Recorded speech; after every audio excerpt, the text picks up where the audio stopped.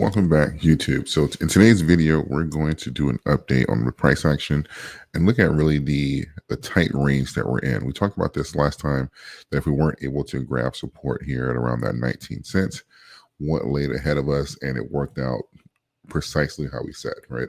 And pretty much with now, because of the uncertainty, this is some of the things we talked about in the last video, which was the macroeconomics, the tariffs, the uncertainty in the market liking confidence, the market liking certainty, and that's kind of where the strength of the market really runs as far as for when the agenda is set in stone and it's really strong.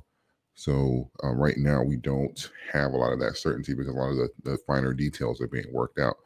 So what happens is we have a consolidation down to lower levels, which is kind of where we are now. We were able to catch something out of this bigger liquidity zone, which makes perfect sense around the 14 cents mark.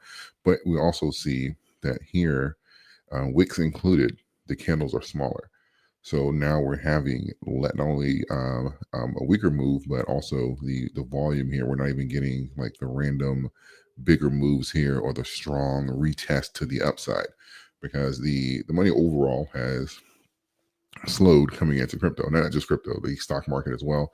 You'll see Bitcoin kind of bump up $1,000 or so, but it's still hovering around like that 83, 84,000 mark. And that's really not going to change until we get some certainty in the macros, right? And that's something we've been really big on this channel here for the last few years, is looking at the macros and making sure that they make sense for the movement, right? And because a lot of times people are, calling for bull runs and the macros are trash, or we have some dark cloud hanging over CPI or something, so it doesn't really make sense. And we have to kind of align that up to make sure that there's actually, a reason or a food for the market to actually go after, right? So typically those contradictions, even if it did run, it wouldn't be sustainable.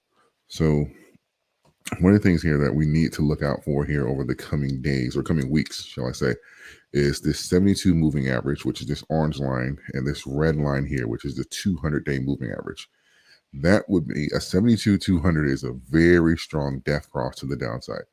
That's a very strong signal. So that's something we need to kind of watch out for here to see this balancing here. I know kind of right now, since we hit around 14 cents, we're somewhat on an uptrend, but there's something we need to look for going forward to make sure that we're not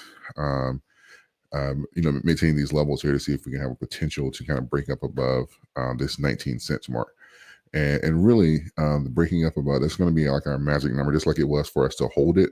It's just flipping now. So the 19 cents and breaking above this with conviction, this is a gap zone for Dogecoin. You can take a look here at March 3rd, March 2nd. We saw it on February 24th. We saw it here on February 3rd.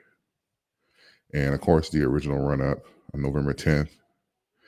This has been a very powerful gap zone here. We typically see some movement if we're able to break above that. So breaking above the 19 cents with conviction, that's going to be our giant right now, is to get some strength here and break above that 19 cents with conviction, and then ultimately go up. And also, if we're able to do that, that should align us roughly with the 200-day. So even if we do that before the 72-200 cross, we should have kind of like a flattening between the 72 and the 200. So that's ultimately what we are looking at for Doge. Let's take a look here at Bitcoin really quick. I think it's on Bitstamp. Yeah. So right here, we're getting ready to see a 14-200-day cross for Bitcoin. Again, not as strong as a 72-200 cross, but still something to take note of. But definitely something to kind of keep in mind here, because the 14 crossing the 200 is definitely something that's going to be worthy of keeping an eye on, because it definitely is a signal further to the downside. Now, Bitcoin, when was the last time we had a 14-200 cross?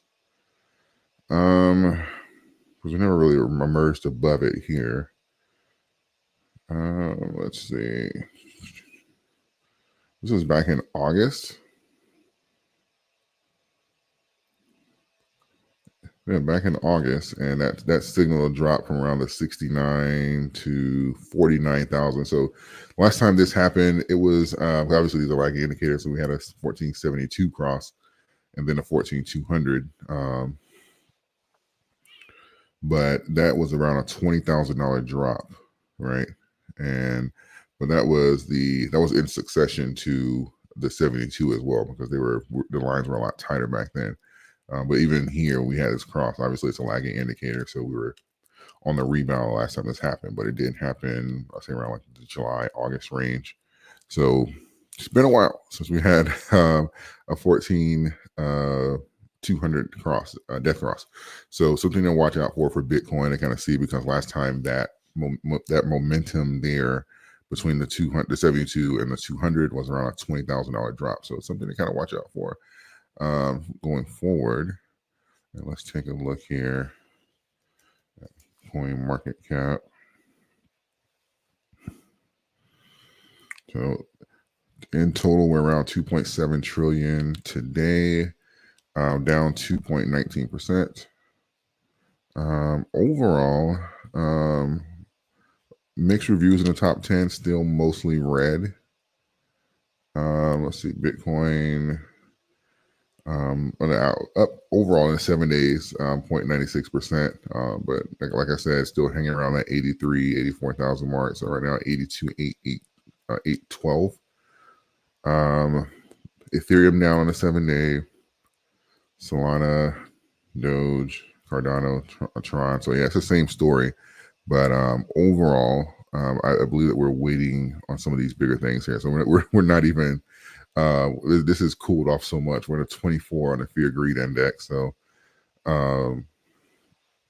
we're definitely waiting on some of these stronger signals here, especially with things like the ETFs, the Bitcoin reserves, and all those highlight points. We're waiting on those macros here to kind of push. And I want to put it out there, with everything that's going on, I still don't necessarily believe, even if we take a look at the stock market, people are calling for, oh, it's a bear market, the market's crashed. Bear market, stock market is a 20% correction. We're not near there yet. I think right now roughly around 10%. So that is correction territory. We aren't in those positions just yet to start saying, oh, these are bear things, just because we have a period of a downtrend. Average bear market typically is like 3 to 5 years. We're roughly bull market is 3 to 5 years, or roughly about 2.5 years into this one. So we have to kind of keep in mind that these averages here before we start saying those things. But overall, I don't believe that we are maxed out. I think we're just in a period of a cool off, which is necessary. I mean, we like the market, all the markets have ran since it was announced that Trump won the election. So, and we know, even setting some records here, just off of the news of Trump running. So again, when you have things that are running, not necessarily on hype, but when you have the market running off of hopefulness as far as for policies being implemented and stuff, at some point the market's going to cool, and you're going to have to wait on those policies, those decisions to actually be put into place, and then the market will continue to run. So keep that in mind. That is my update. If you found value, please consider liking, sharing the video. Thank you, and I'll see you guys in the next one.